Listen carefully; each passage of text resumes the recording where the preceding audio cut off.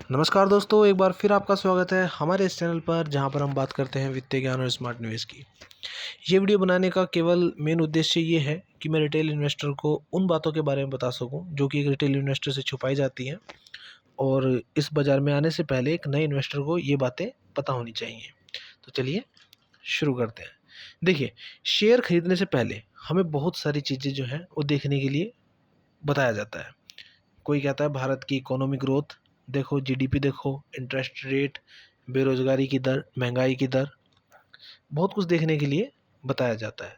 देखिए, जो एक आम व्यक्ति है, मिडिल क्लास, जो इस भारतीय शेयर बाजार में निवेश करना चाहता है, उसके पास इतना समय नहीं होता कि वो इन चीज़ों पर बैठकर जानकारी जुटाता रहे, क्योंकि उसको अपना बिजनेस करना है। जो अगर कोई जॉब करता है, नौकरी करता है, तो उसको अपनी नौकरी भी करनी है। तो इन चीज़ों का वो एनालिसिस नहीं कर सकता, इतना समय नहीं होता, और अगर वो एनालिसिस करता भी है तो उन चीज़ों से उसको कोई ज़्यादा फ़ायदा नहीं होता, क्योंकि उसको फिर भी समझ में नहीं आता कि किस शेयर में निवेश करना है और किस में नहीं। फिर वो व्यक्ति क्या करता है? वो व्यक्ति बिजनेस न्यूज़ देखना शुरू करता है, जहाँ पर सूट बूट टाई वाले एक्सपर्ट लोग इस बातों पर चर्चा करते हुए मिलते हैं कि आज निफ्टी कहाँ जाएगा, कितना गिरेगा, कितना चढ़ेगा।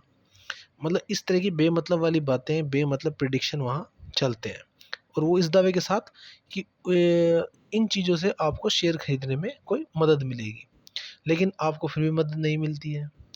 पूरा दिन इस बात पर चर्चा करते रहते हैं बैठ के कि निफ्टी का रेजिस्टेंस आज कहाँ पर है। कोई कहेगा 23,700 पर निफ्टी का स्ट्रॉन्ग रेजिस्टेंस मुझे दिख रहा है, लेकिन अगले दिन, अगर सपोज करो अगले दिन बाजार 23,500 हो जाए, तो वही एक्सपर्ट लोग हैं 1,000 कारण बता देगा कि मार्केट क्यों नीचे गिरा। इसका कारण ये है कि क्योंकि उन्हें भी उन चीज़ों का, उसको भी नहीं पता कि मार्केट का रेसिस्टेंस कहाँ है, कहाँ से चढ़ेगा, कहाँ से गिरेगा। इसलिए इनकी बातों में आकर जोश में ना ही आपको खूब सारे शेयर खरीदने हैं, और ना ही एकदम से पैनिक में आकर इनकी बातों से बेचने हैं, क्योंकि इनका काम है ये सब बताना। इनको इस चीज़ के पैसे मिलते हैं, और चैनल्स को व्यूज़। और कुछ एक्सपर्ट जो हैं चार्ट को ऐसे पढ़कर बताएंगे जैसे निफ्टी का जो स्विच है वो उसी के हाथ में है कि कहाँ से ऊपर जाएगा और कहाँ से नीचे।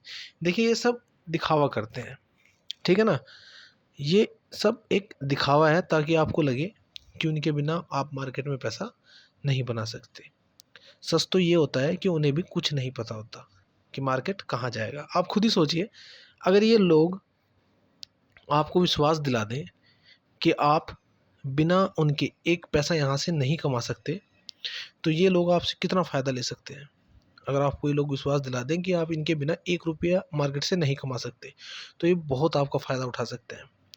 अच्छा, जो अगली बात है जिसमें बहुत मिसगाइड किया जाता है कि अगर इकोनॉमी अच्छा कर रही है तो शेयर बाज़ार भी अच्छा करेगा। ये बात बहुत ज़ोर शोर से बताई जाती है कि अगर देश अच्छा कर रहा है, पैसा आ रहा है, तो शेयर बाज़ार भी अच्छा करेगा। हकीकत में शेयर बाज़ार बिल्कुल इसके उल्टा होता है। देखिए, 2009 और 2020, ठीक है ना। 2009 में मंदी आई, ठीक है, बेरोज़गारी थी। 2009 में मंदी, बेरोज़गारी थी, और 2020 में कोरोना वायरस आया जिसके कारण बाज़ार गिरा, ठीक है। लेकिन इससे पहले जो इंडियन इकोनॉमी थी वो बहुत अच्छा काम कर रही थी। लेकिन जब लॉकडाउन के बाद इकोनॉमी गिरी, तब शेयर बाज़ार ने रिकवरी करी और नए हाई पे हाई बनाए। क्योंकि ऐसा इसलिए होता है कि जब बुरे टाइम पर जब इकोनॉमी बुरा करती है, तब शेयर्स जो होते हैं वो सस्ते मिल रहे होते हैं, और यही टाइम होता है शेयर्स को खरीदने का, ठीक है ना। और जब इकोनॉमी अच्छा कर रही होती है, तो वो समय होता है शेयर्स को बेचने का। नहीं, उस समय हमें अपने शेयर्स बेचने चाहिए। इसलिए जब मीडिया आपसे ये कहे कि अच्छा समय है शेयर खरीदने का, इकोनॉमी ग्रोथ कर रही है, तब आपको जितने भी शेयर्स होंगे सब महंगे मिलेंगे। फिर आप महंगे शेयर्स को खरीदेंगे और फिर आपको होगा नुकसान। देखिए, मीडिया मीडिया को जो स्पॉन्सर करते हैं, मार्केट के बड़े बड़े लोग हैं, जो इनसाइडर और बड़े बड़े फंड हाउस हैं। क्योंकि जिस समय मार्केट बहुत ज़्यादा महंगा होगा, ये आपको उस समय पे एडवाइस करेंगे शेयर्स को खरीदने के लिए, क्योंकि जो बड़े बड़े जो फंड हाउस हैं, जो इनसाइडर हैं, इनको क्या करना है, अपने शेयर्स बेचने हैं। तो इस तरह की बातें वे पैसे देकर मीडिया से इस तरह की बातें वे चलवाते हैं, ठीक है ना। तो आप ही सोचिए, अगर इन न्यूज़ को देख करके, अगर मान लिया बाजार से पैसा कमाया जा सकता, तो फिर सारा देश ना न्यूज़ चैनल को देख करके और पैसा कमा रहा होता, ठीक है ना। ये न्यूज़ चैनल जो है 24/7 आवर्स की जो टिप्स दे रहे होते हैं, इनको सुनने के बाद भी जो रिटेल इन्वेस्टर है वो 1 रुपया नहीं कमा पाता। ये न्यूज़ चैनल वाले केवल अपनी टीआरपी बढ़ाने के लिए मार्केट में पैनिक बनाते हैं और अपने इनसाइडर को प्रॉफिट पहुंचाते हैं, ठीक है। अब मैं आपको बताता हूँ, अगर आपको बाज़ार से पैसा कमाना है तो आपको क्या करना है। नंबर 1 बात, शेयर आपको कब खरीदने हैं? शेयर आपको तब खरीदने हैं जब मार्केट में पैनिक हो, हर कोई सस्ते से सस्ते दाम में आपको शेयर बेच रहा हो, आपको उस समय पे शेयर खरीदने चाहिए। अच्छा, शेयर बेचने का टाइम क्या है? जब सब कुछ अच्छा चल रहा हो, चारों तरफ ग्रोथ ही ग्रोथ नज़र आ रही हो, वो टाइम आपको शेयर बेचने का है आपके, क्योंकि उस समय पे आपका जो शेयर्स है वो महंगे से महंगे दाम में बिक सकता है। नए नए आईपीओ आ रहे होंगे, नए नए आईपीओज का आ रहे होंगे उस समय, तो उस समय पर क्या होता है कि आपके शेयर्स अच्छे दामों पर आपको बिक जाएंगे।